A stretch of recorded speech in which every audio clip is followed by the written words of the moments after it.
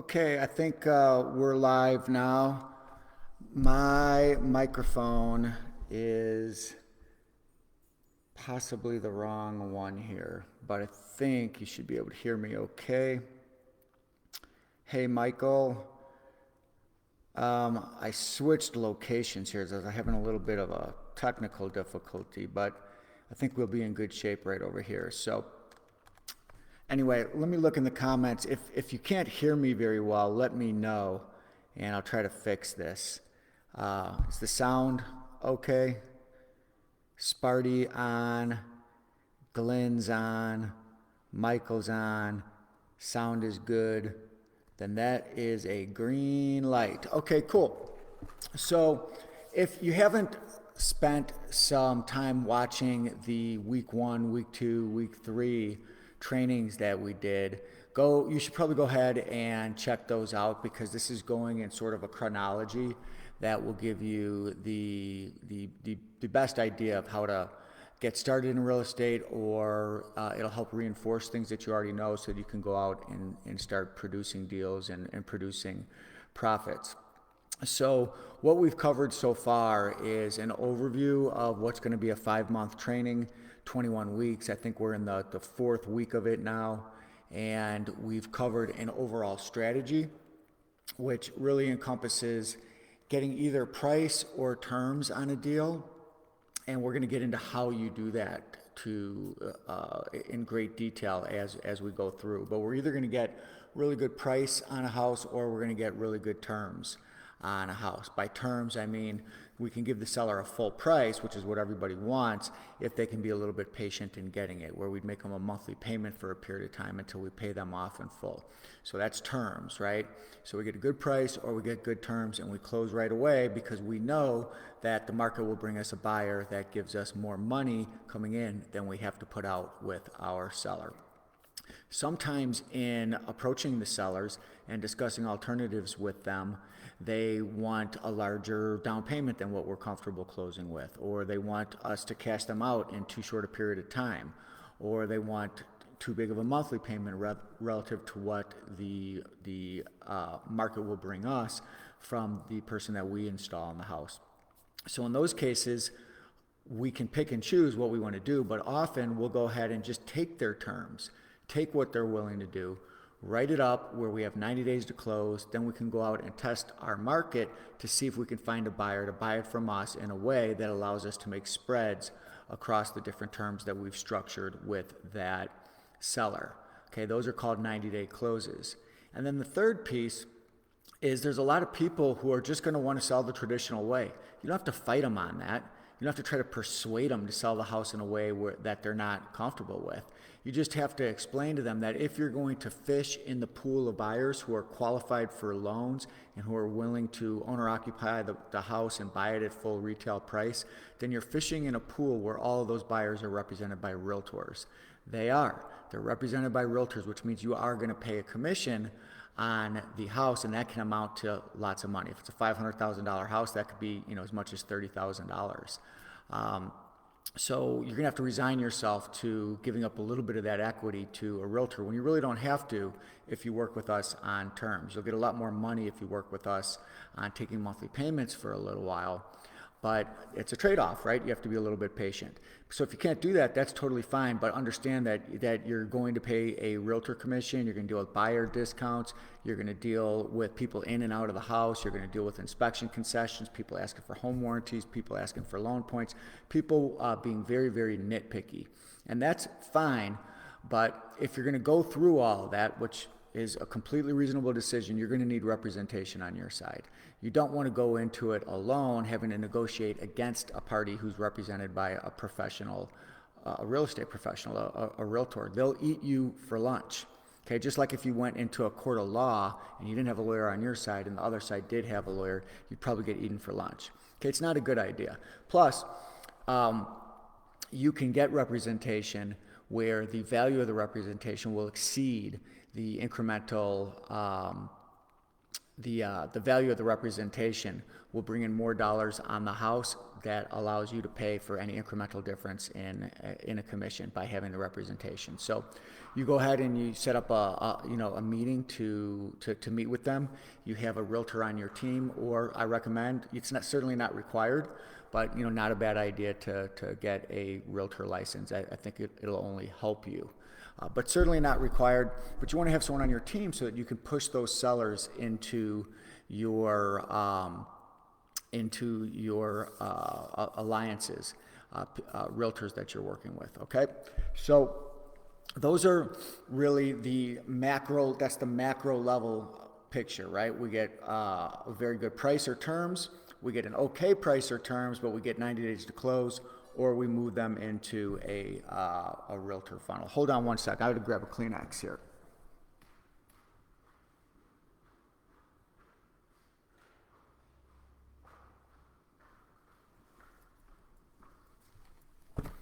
Okay, sorry about that, guys. So with that in mind, there's deal structures that fall underneath that umbrella where we'll get a very good price. Maybe we'll take over debt. Maybe it's a free and clear house and we'll create seller financing terms. Maybe the seller doesn't want to deed us the house, so we will agree to lease the house as long as they give us an option to buy it during the term of our lease. There's all kinds of structures that we covered in the previous week or 2 weeks ago. Maybe it was last week, but you can go back and listen to those. I'll leave the replays up for you. Now, anytime you learn like this, right, through Facebook Lives or through videos on YouTube, through course materials, there's a lot of nuance that is left out because it's very difficult to cover every single possible contingency, every single possibility that can occur in a real estate transaction. That's why I'm a huge advocate, as much as it may sound self-serving. It is self-serving, but I'm a very big advocate of getting a coach, of getting coaching. You need GPS level guidance, not roadmap guidance. This is roadmap guidance, right? You don't have the roadmap talking to you live as you do your deals like a GPS in a car does, right? You never worry about getting from point A to point B when you have GPS. And you're not going to worry about getting from point A to point B in real estate deals when you have someone who's done it for 30 years. Okay, so the value of a coach relative to what it costs, it's monumentally more profitable to have somebody help you with your deals for the ridiculously low price that I personally charge for coaching. Now, the coaching doesn't have to be from me. I'm not the only one who knows how to do this. I would just submit to you that from a support standpoint, from a value standpoint, you're probably in pretty good hands. But you should probably think about getting some kind of a coach. Most of the folks in the industry offer strategy sessions. You can get on the phone. What I found is that when you do that with other programs, you get some salesperson. And then if you get a salesperson, then what ends up happening is when you come into the program and you give them all this money, you don't even get the real coach. You get one of their acquisitionists, one of their minions. That's not who you want to be taking advice from, in my estimation. So I obviously don't do it like that. I actually do these calls myself. I can't take everyone into the program because I do the coaching myself as well, but I'm happy to speak with anybody as we go. So I put that out there not really to be self-serving, although I acknowledge that it is. I put that out there because you need it. Okay, you don't want to swim these turbulent real estate waters with just a roadmap. The roadmap will get wet in those waters and you'll make a mistake, and you make a mistake in real estate and it can cost you dearly. If not just in that lost opportunity because you didn't approach a deal the right way. So think about getting coaching somewhere, some way, somehow. I'll try to help you out, of course, as much as I can as well. So as I mentioned, there's a lot of nuance to these deals. So what I do within my group is we take tests, right? I want to make sure that people have an understanding along the way, and if they don't, then they can get clarification, because it's important that we have all the skill sets really baked in so that when you have the information uploaded to your brain, you can then focus on what really gets deals done, which is the phone call with the seller. You have to get good at articulating the value proposition to the seller. You have to get good at articulating the features and the benefits of the different alternatives that sellers have when they do real estate deals. So we focus very heavily on that. And but like I said, before you get to that point, you really do have to understand the strategy and you have to understand the structure. So you have to be able to pass some of these tests. So what I've done here for y'all is, and that's why I said things that you must know are as the title of this, or what's your real estate IQ is actually what we called it, isn't it? So what I've done is I've taken some of the questions that people tend to struggle with the most, and some of them might be basic if you're a more experienced real estate investor, but some of them might be really, really important if you've never heard of this stuff before. And for those of you who do have experience, then certainly it should serve as a level of reinforcement or maybe a little bit different look at things. So I'm going to try to go kind of fast on some of these. I didn't pull all the questions from the test, but just some of the ones that people struggle with the most. So I'm going to start going fast because, we only have like 15 minutes here left, and I want to, and you can always play back the tape, okay? Because I will leave this up on replay. So if you're not following me on what I meant, you can listen to it back a couple times, okay? All right, so one of the questions is I ask folks to name the 6 deal structures that allow us to make an offer on any house from any seller. Really what happens is the seller's making us the offer, okay? But I did just mention what the answer to that is, we can do cash deals. If we get it low enough, we'll get a private lender to fund that for us most of the time, or we'll just get the deal and assign the contract to someone. That's what a lot of the wholesalers in our group do, right? And as you know, wholesaling I think is fine. It's just I wouldn't want to make that my whole strategy. Okay, very competitive. You're finding needles in the haystack. There's all kinds of issues with it, and you're better off understanding how to structure deals really in any market, with any house, with any seller, and still not having to use any of your own money or any of your own credit. And the ways we do that might be taking over somebody's debt where their name stays on the loan, but we own the house. It might be creating some kind of seller financing terms like I talked about. It might be leasing with an option to buy. It might be getting some kind of terms, but getting 90 days to close so we can go attract our buyer and then fund our purchase out of the proceeds we get from our buyer. And, it might be using a real estate license that we go and get because it's not that difficult to get. In some states, it's like 60 hours of training. You got the rest of your real estate career, put an hour in a night for a couple of months or, every other night for a few months and go ahead and get that license. It'll benefit you. Okay.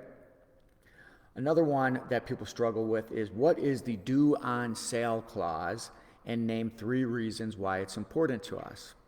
Okay, so a due on sale clause is a clause that's put into just about every loan since the early 80s, which gives the bank the right to call the loan due when the deed transfers. So when you buy a property and you take over the debt from somebody, or if there's an existing mortgage on the house and that seller sells you the property but we don't pay off that loan, which it's perfectly fine for them to do that.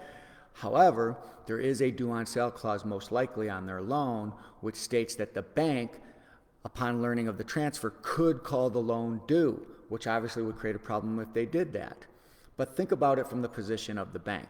Yeah, of course they want to have that option in there. I've got all kinds of options, right? I could go live in any city in the world. I could go to any of these casinos out here. I don't exercise every option I have in life. I just like having the freedom, having options. Well, banks like having the freedom too, to make calls based on, whatever they think is appropriate. But I can absolutely guarantee you as a dead certainty that banks want payments. They don't want houses. They want payments. And as long as the payment is being made and the loan is performing, the last thing they want to go do is screw up some security where that mortgage got packaged into the security and sold as some kind of an equity to governments like the U.S. government, for example, buying 120 billion of them a month. Actually, that's not all mortgage-backed securities, but a lot of it is. Okay, don't get me started on that. I sometimes go off on that a little bit too much, but the due on sale clause is in there. It's just that generally banks won't call loans due that are being paid. They'll call HELOCs due for obvious reasons. They'll call HELOCs due for reverse mortgage. HELOC is home equity line of credit, right? They don't want you to have a line of credit on a house that you don't even own, so they'll close that down when they learn of it. Now, there's all kinds of things that we do in the training to deal with this, with certain entity structuring and whatnot, but that's way too much for what we can do in a Facebook Live today. So that's one of the reasons, right? Or one of the answers to what is a do on sell clause. Now, what are the reasons that it's important to us? One, it's because you need to be aware of what kind of loan it is, so you can gauge whether or not the loan would be called due.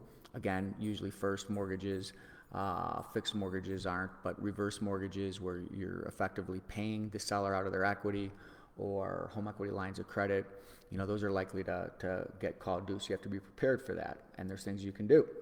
And then the other thing is, sometimes we're going to be selling a house that has existing financing on it instead of leasing it to our end buyer. And if we're selling the house that we own where there's seller financing on it, or there's a loan that we took over on it, then when we sell that house, particularly if it's seller financing, we want to make sure that the attorney who draws up the note and mortgage does not make that loan due on sale, right?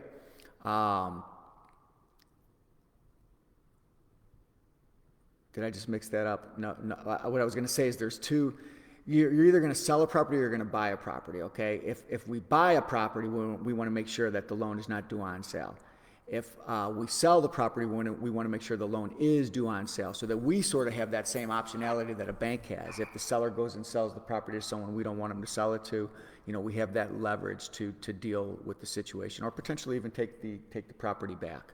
But when we buy the property, we want to make sure, if we're buying with seller financing, that we have the attorney write up the note where the loan is not due on sale. And if they use a standard template, it's going to be due on sale. And I've seen people make that mistake. This is why you can't learn from YouTube University, guys. Nobody's making videos on this kind of stuff, okay? It's boring, it's granular, but it's important stuff to know. This is why you need a coach. Doesn't have to be me, but you need someone who's done this time after time after time for years to help you. And it shouldn't be somebody's acquisitionist or somebody getting paid by the hour by the coach. I could have people that do acquisitions for me coach you guys, but and they probably do a decent job, but at the same time, they're pretty much working for the hour. They're not going out and making big old checks, 5 and 6 figure checks. They're doing that for people, okay? And that's not really the best person to learn from in my estimation.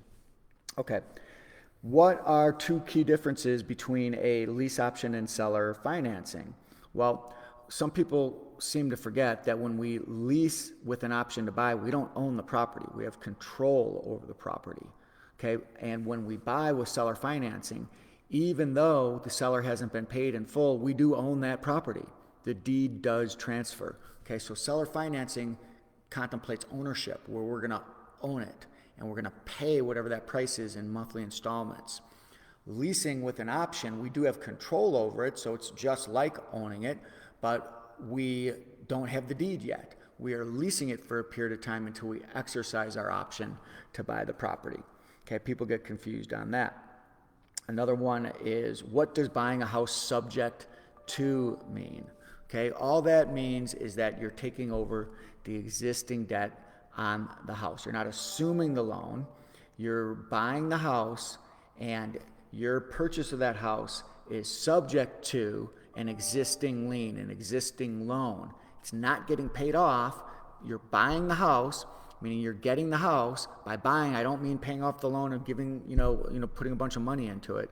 What I mean is you will become the owner of that house, despite the fact that the previous loan stays on the property. We bought the house subject to the existing lien, and it's subject to the existing lien because that lien holder, if they have a due on sale clause in the mortgage, could call it due.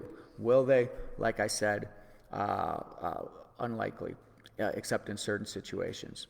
Okay, but that's what buying a property subject to means. Now, there is a big difference between the way I do subject to and what's being taught out there. And I think you ought to be mindful of it, because it's really, really important to be aware that if you take over somebody's loan and it's got, decades left on it, you might not pay that thing off for quite a long time.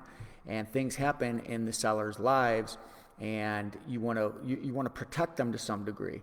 So what I like to do, because you don't want someone coming back mad at you or fighting you because now they can't. So here's the issue. You take over a loan subject to, and you don't give them a note and a mortgage that wraps around that, which most people don't, right? They just take it over subject to. They get the title, start making the payments, seller walks away. But then a couple years goes by in their life, and maybe they want to get an apartment or a house or a car, and they've got this big old debt sitting on their credit, but they have no income coming in to wash out that debt. And then that problem just perpetuates, and it just occurs over and over and over again. It can piss people off. And then you might, hear from somebody later on that you weren't expecting to hear from, and that's not, necessarily a great position to be in. Even though, you're going to be fine, it's just, from my vantage point, it doesn't cost very much to help the seller out on the front end. So all I do is I wrap around the existing loan and give them a new note and mortgage that wraps around the existing loan, same terms. It doesn't change anything financially for me. Okay, not at all, except that I pay, the attorney a few $100s to draw that up and have them, sign off on that at close. And half the time they don't care or they don't know, but I'm doing it for their own protection, because I don't want them to have a debt to income ratio problem, and I also don't want them to have a problem where, let's say I turn out to be a jerk and I stop paying on the loan, which wouldn't happen, but let's just say that did happen. They don't have any recourse if they don't have a mortgage that they can foreclose. The mortgage that's on the house belongs to the bank. So the bank can foreclose, but not that previous seller. So that seller's credit is just left out there in limbo, in la-la land. Okay, so people aren't teaching you this stuff when you learn this stuff on YouTube, or you go into these groups where people give some of the worst advice I've ever heard in my life. Be careful who you're paying attention to when you go into some of these groups. I would say including this one, but this isn't like a wide open group. There's a little bit of vetting that goes on, and usually when you get any kind of advice or counsel in here, it's good. And if I see it, I double check it to make sure you guys are getting good advice. But that's not the way to really use the group, because you don't want to take advice from people you don't know and who aren't thoroughly vetted, which is why I recommend get on a Zoom call with somebody who is. And see where you land as far as signing up for some kind of coaching program. Okay. Organic lead sources. What are some of the organic lead sources that we can use to buy houses? Well, I consider organic just the easy shooting fish in a barrel leads, right? Because they're all over the place. So those would be for sale by owners, for rent by owners, right? Someone who is renting their house has already agreed to payment terms, right? Because they're taking monthly payments and they're going to do it for some period of time. You don't know for sure that they'll give you the option to buy it, but that's usually an easier sell, right? A lot of the people who are renting their house are only renting it because they were having trouble selling it. So when you call them and say, I'll rent it as long as you give me a chance to buy it during the term of the lease, you can get those deals all day long. Okay, so those are good ones. And then, if you have a realtor on your team or you get that license, you can use expired listings. You can have people in the neighborhood. This is called sign scouting, where, I'm not talking about the realtor signs that are in people's yards, but just regular Home Depot type for sale signs that, people they wrote in marker, they wrote in pencil that their house is for sale or their house is for rent. Have the UPS driver, the FedEx driver, the pizza person, any teenagers that let everybody know that you buy houses. And if they ride by one of those, not the realtor signs, but they see a sign in a yard that says for rent or for sale associated with the house, take a picture of the house, take a picture of the sign, text it to you. If you don't already have it, you'll compensate them $5, $10, $15, $20. That can be, a pretty good source of cash for some teenager who's driving around, or some pizza delivery person, or the Uber Eats person, which is popular around here for some reason. My kids, I guess, don't like my cooking too much and get Uber Eats all the time over here without me knowing it sometimes too. I can smell it though. So, all right, what about paid lead sources? Well, sometimes we'll use direct mail in certain circumstances. You could use Google AdWords if you've already got if you're already operating at a certain scale, but I'd say it's pretty expensive. But by far and away, the absolute best thing going is Facebook ads, and running Facebook ads in the correct way using my hyperdrive system. And we are going to talk about that in this training. But there's a right way. Well, let me put it this way. There is an exceptional way of running Facebook ads, and there's an okay way of running Facebook ads. Okay, I don't want to say there's a wrong way because most of the time, if you run Facebook ads, you can and you know how to convert sellers on the phone, and you know how to offer alternatives that are appropriate, you can still get deals and get a return on investment. But that return on investment absolutely pales in comparison to what we're doing with Hyperdrive.